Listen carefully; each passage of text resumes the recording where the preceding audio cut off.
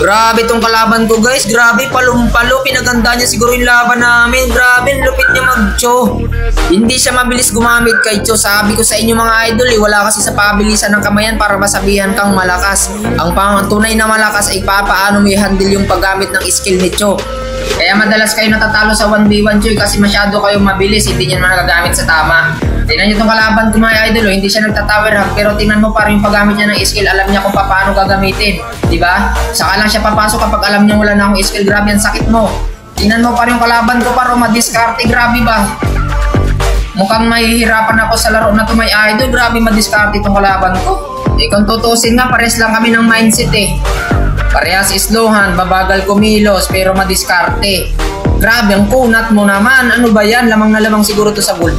Grabe mga idol, nahirapan talaga ako dito sa kanya. Parang hindi sa akin easy yung laro natin. Yan mo paro. Butik na lang, hindi ka na ako ma-burst, pero wala na rin talaga ako paro. Grabe, ano yun? Bakit may rose gold pala? O, kahit 0 to na yung laban natin. O, sige tara, magbibigyan kita. Sige, dito tayo. Sige, tara. Para sa time may rose gold. Sige, matira-matibay ito par. Pakunatan pala gusto mo. Sige par. Okay, hindi pa siya nag-ulti. Lumabas na yung kanyang rose gold at di pa sa akin lumalabas. Okay, ilalabas ko lang pati. Wala na to par. Wala nang laban to par. Wala, mabiburst ko to. Wala to. Na-dance ko pa yung ulti niya. Wala na talaga to par. Wala nang kawala to sa akin. Wala, awit. Nice game agad sa'yo idol. Kabawi na ako. Dito may idol, nararamdaman niya na rin yung sakit ng Choco at nakakabawi na rin talaga ako dito sa gold. At dito nga may idol, naunahan ko pa siya dito mag-ulti. Akala ko mabiburst na siya dyan ay kaso may rose gold. Tapos ang flicker out siya, sinundan ko. Swerte mo naman idol. Tapos dito may idol, nagulat ako nandito pala siya sa boss nag-aabang. Tapos parte naman yung damage ko sa kanya o ramdam niya rin yung sakit. Kaya dito may idol, nabiburst ko kaagad siya dito. Grabe yung damage niya dito may idol. Nagamit ko kasi yung first kill ko tapos hindi pa tumama. Tapos siya yun par. Grabe pa rin yung damage niya. Tagos talaga sa rose gold. Talagang safety.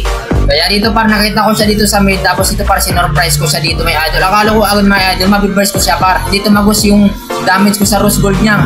Pero okay lang yung may idol. Hahabulin natin niya kahit saan magpunta. At dito par nagulat ako nag-frozen. Yun na yan par, inabangan ko lang tapos naka-flicker out pa siya. Ang kunat mo naman pero par may flicker ako par. Kaya dito par mabibigyan natin siya dito may idol. Kaya nice game sa'yo idol. Talo nga pa siya dito pero all 3 lang kami. Pero nice game pa rin. Salamat sa magandang laban.